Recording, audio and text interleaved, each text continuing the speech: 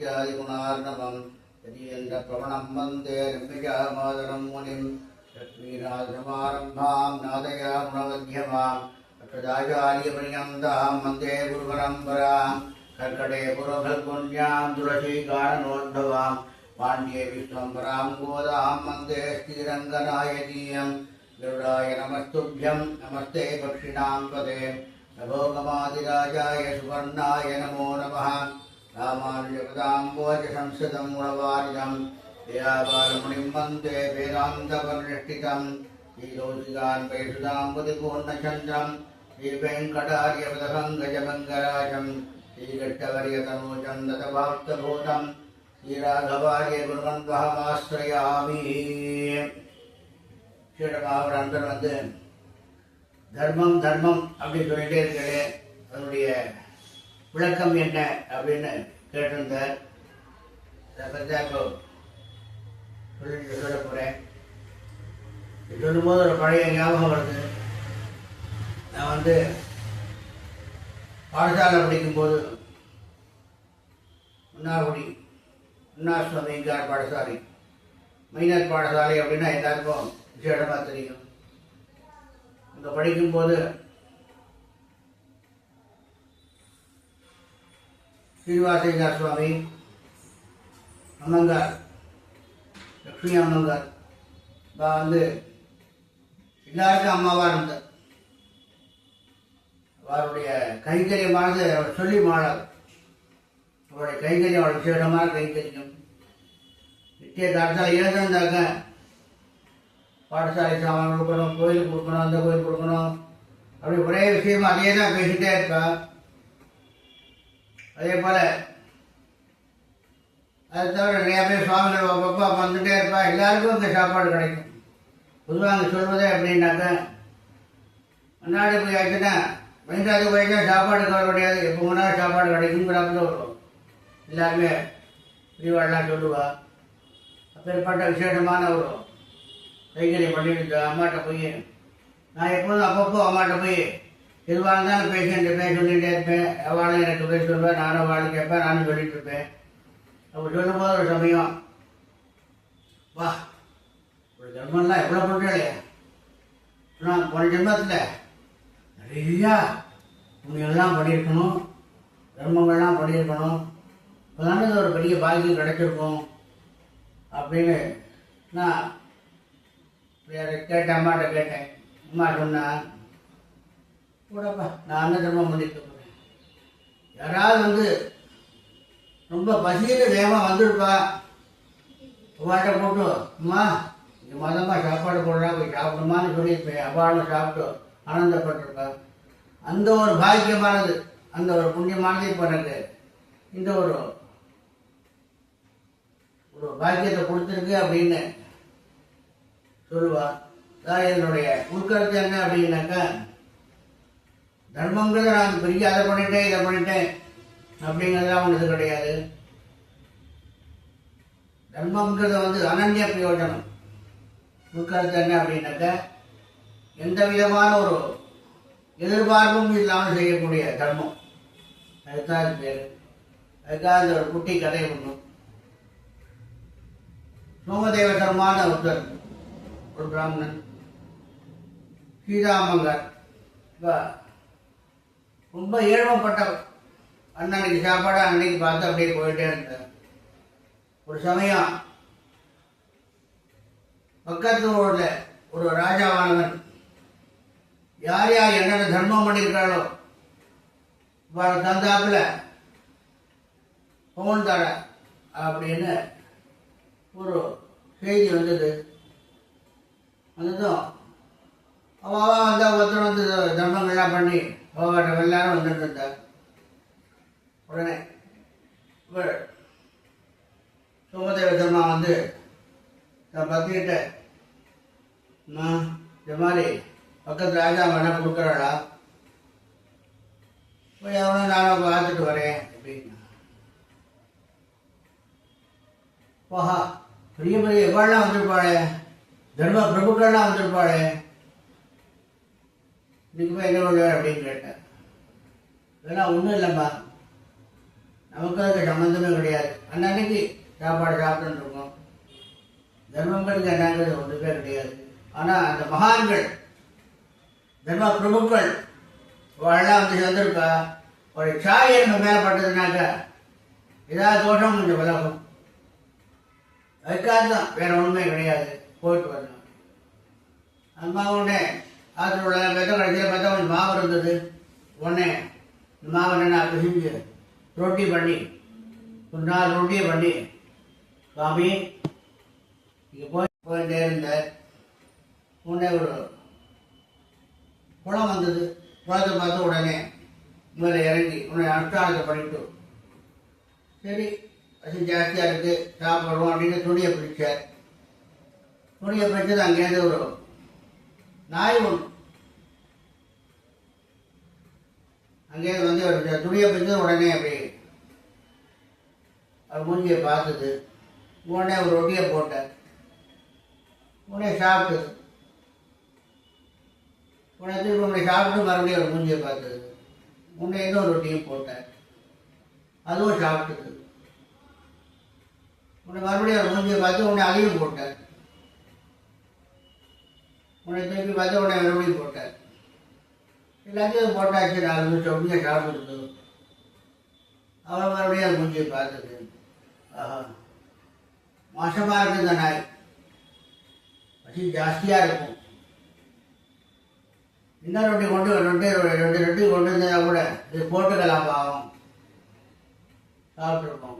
பாவம் மாசமாக இருக்கும், ரொம்ப பசியாக இருக்கும், நம்ம கொண்டு வரலையே அப்படின்னு வருத்தப்பட்டு இருந்தார். வருத்தப்பட்டு உடனே சரி அப்படின்னு ஒன்றுமே இல்லைட்டு அவர் பாட்டுக்கு அப்படியே கிளம்பி போயிட்டே இருந்தார்.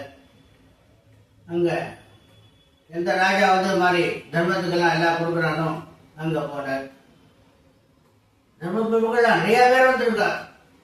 ஒருத்தர் வந்து யார் வந்தாலும் சாப்பாடு போட்டுருக்கா. அது மாதிரி அப்புறம் நான் எவ்வளோ தர்மம் பண்ணியிருக்கேன்.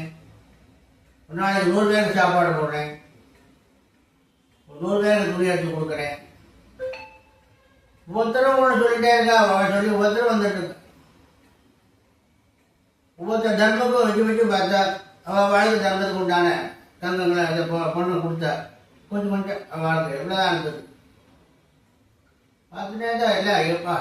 ஒருத்தர் வந்து என்ன ஒன்றா சொல்கிற ஒரு தர்மங்களை பார்த்தேன்னாக்கா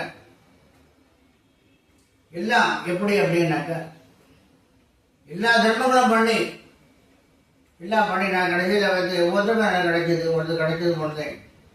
இவர் போனார். இவர் போனது இவர் வந்து அங்கே ஓரமாக நின்றுட்டு இருக்கார்.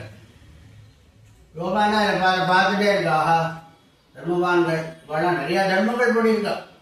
ஆஹா, இவ்வளோ தர்மங்கள் பண்ணியிருக்கா. அப்படியே ஒரு சந்தோஷம். இவளை பார்த்து சந்தோஷப்பட்டு இருக்க. உட்காந்து கடைசியில் உன்னை ராஜா கூட்டு உன்னை அவருடைய தர்மத்தை உன்னை தர்மம் நான் என்னது பண்ணி ஒன்றுமே இல்லையே அப்படின்னாங்க. ஆனால் அவருடைய தங்கத்தை வச்சாக்க தங்கம் மேலே ஏற மாட்டேங்குது. இவருடைய தர்மமானது மேலே இருக்காது. அவ்வளோ என்னடா தர்மம் பண்ணியிருக்கார் அப்படின்னாக்க. நாய் வந்து இல்லையா ரொட்டி பண்ணி கொண்டார் இல்லையா.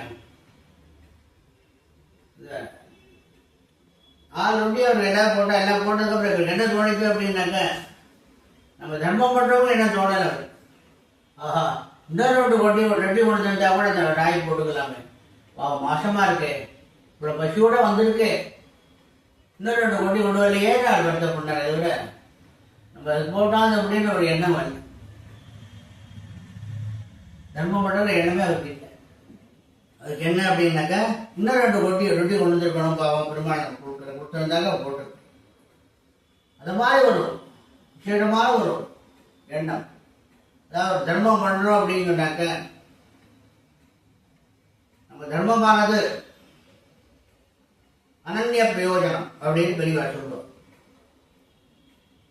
எந்த விதமான எதிர்பார்ப்பும் இல்லாமல் செய்யக்கூடியது. அதான் ஒரு தர்மம் பண்ணுறோம் அப்படின்னாலும் கூட நம்ம உழைச்சி நம்ம சம்பாதிச்சு அந்த மாதிரி தர்மம் பண்ணுறது விசேஷம். அடுத்து கொண்ட பணத்தை கழிச்சுண்டு தேவையில்லாமல் சம்பாதிச்சுண்டு அதில் போய் நான் தர்மம் பண்ணுறேன் அப்படிங்கிறது தர்மம் தான். அதுக்கு உண்டானதான் குறைச்சி கிடைக்கும். என்னடா 100 பேருக்கு ஒரு நாளைக்கு 100 பேருக்கு சாப்பாடு போட்டுருக்க அப்படியெல்லாம் பண்ணிட்டு இருக்கா அப்படின்னா அவளுக்கு இவ்வளோதான் தங்கம் கிடைச்சிருக்கு அப்படின்னாக்க சேர்த்து சொத்து என்ன அவருடைய இது என்ன அப்படின்னு. ஆஹா, நான் வந்து 100 பேருக்கு சாப்பாடு போடுறேன், நிச்சயம் சாப்பாடு போடுறேன், எல்லாரும் பணம் கொடுங்க அப்படி பணம் வாங்கிட்டு போயிருக்கேன். அந்த பணத்தில் இப்போ ஜீவனாம்சம் நடத்திட்டு இருக்கு. அது மாதிரி தர்மம் தர்மத்துக்கு கூட பலம் கிடைச்சது கொஞ்சம் தான் கிடைக்கும். இல்லை நிறையா வந்து அதெல்லாம் பண்ணிட்டு இருக்காளே பல தர்மத்துக்கு வந்து உனக்கு கிடைக்கலையே அப்படிங்கிறப்ப ஒரு எண்ணம் தோணி. இதான் அதனுடைய உள்கருத்து என்ன அப்படின்னாக்க, நம்ம வந்து தர்மம் பண்ணுறது வந்து ஒருத்தர் அடாவடியாக சம்பாதிச்சோ ஒரு தர்மத்தின் பேரில் சம்பாதிச்சுட்டு நம்ம சாப்பிட்டு அது மாதிரி பண்ணுற தர்மங்கள்லாம் வந்து சாமானிய தர்மங்கள்.